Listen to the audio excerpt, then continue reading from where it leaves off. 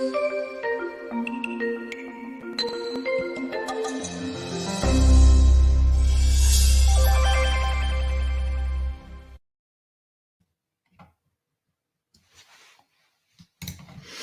I'm so glad that you've joined us for another episode of Mental Health Matters. Today, we're going to be talking about the importance of us developing routines. You know, the truth of the matter is, we have so much to do throughout the day: work, cleaning, cooking, teaching our kids, especially now, exercising, shopping, paying bills, maintaining relationships, and the list can sort of go on and on and on. That's just normal living. In this age of COVID-19, it's even a little harder. There are simple things that millions of Americans do each and every day, and it's easy in those times to feel overwhelmed. It could feel impossible to get everything done. This is terrible for most of us, if we're to be honest. But imagine you were struggling with a mental illness like depression or anxiety or a bipolar disorder or a psychotic disorder like schizophrenia. Imagine doing those daily tasks and how much tougher it would actually be. One thing that helps us in managing or helps people in managing their mental illness is developing a routine. Routines are very important. One thing that helps is creating routines where we organize our days in which we can take care of those tasks and ourselves, and develop sort of a pattern that makes it easier to get things done without having to go into overdrive or overthinking them or processing and ruminating on the things that we have to do throughout the day. So there are some benefits to developing routines, and I just want to share a little bit with you in way of the importance of why we need to develop routines. The first thing that routines can do for us is routines can reduce our stress. Having a daily routine can help reduce our stress levels, and trying to remember things can be really stressful and can really fill our brains up with everything on our to-do list, which can be incredibly overwhelming at times.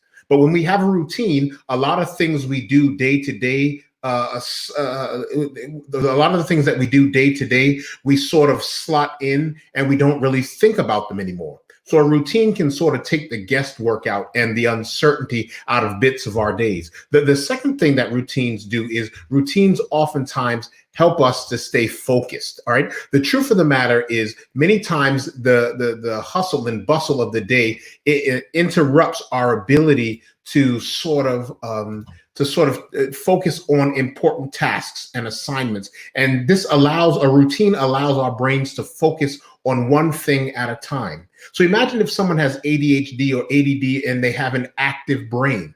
A routine or a schedule can help you focus. Imagine if someone has depression. You don't want to do things, or you don't do things because you want to do them. You don't do things because you feel like doing them. Oftentimes, when you have depression, your feelings let you down. So if you base what you do throughout your day on how you feel, you'll never accomplish anything. All right. So not only do routines help us reduce stress and helps us to stay focused, but it also allows us to make time for the things that matter to us most. Having a routine can help us cultivate positive daily habits and prioritize self-care, and organizing our time gives us or allows us to have the opportunity to build in blocks of time that are important to us. So this can allow us to build in our daily habits those things that help us with our mental health. It can include things like having a time to relax. It can include things like a regular bedtime. When they're part of my routine, or when they're part of a developed routine, it can make it easier to keep on going on with them because we have the time to do them, and they can become our new normal. Okay, the last benefit that I see of developing a routine is it gives us a sense of normalcy. It allows us to build sort of a normal understanding of what the day should look like for us. All right. In this next minute, I'm going to share with you really quickly how to go about developing a routine, creating a routine that's right for you. You don't have to, we don't all have to have the same schedules or the same responsibilities. We don't work the same jobs. And so many of us, we can't have the routine as Tom, Dick, or Harry, or someone else. But all routines should include something like eating a nutrition-rich diet, exercising, getting enough sleep. But no two routines will be exactly the same. The second thing that I want to encourage us to do in developing a routine is to start off small. Change your day-to-day routine.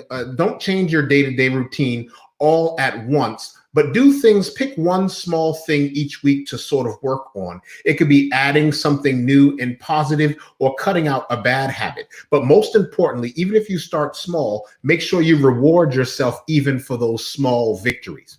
Another routine building tip that I would like to share with you is planning ahead. Life gets hectic. Sometimes we cannot anticipate the exigencies of life. And so sometimes things get hectic and we may skip or be tempted to skip out on certain parts of our routine. So sometimes when we plan ahead, we could pick out an outfit the night before or have an alternative home workout for those days that we can't get to the gym. We can set ourselves up for success even if we're hurried, if we plan ahead. And then the last thing I think is the most important. When we develop a routine and we want to help ourselves develop a habit that will help us increase our mental stability, our mental and emotional wellness, you cannot beat yourself up. There is, I can't say it enough, there is power in positive self-talk. Making changes can be difficult. It's not going to be easy. And so if you skip a day or if you miss a day, don't beat yourself up. I want you to know that sometimes forming your daily routine can take time and it's not going to be an easy thing. But by all means, if you need to develop a routine in order to help yourself deal with the mental stress that you're going through, not only for those that are suffering with a mental illness, but even those of us that are dealing with this COVID-19 time, take some of these tools and some of these tips on developing a routine so that you can get through this time. Let me share some resources with you. These are some mental health resources that if you need help, make sure you get the help that you need. Thank you for watching. And of course, join us this week and next week as we talk a little bit more about issues in mental health. Have a wonderful day.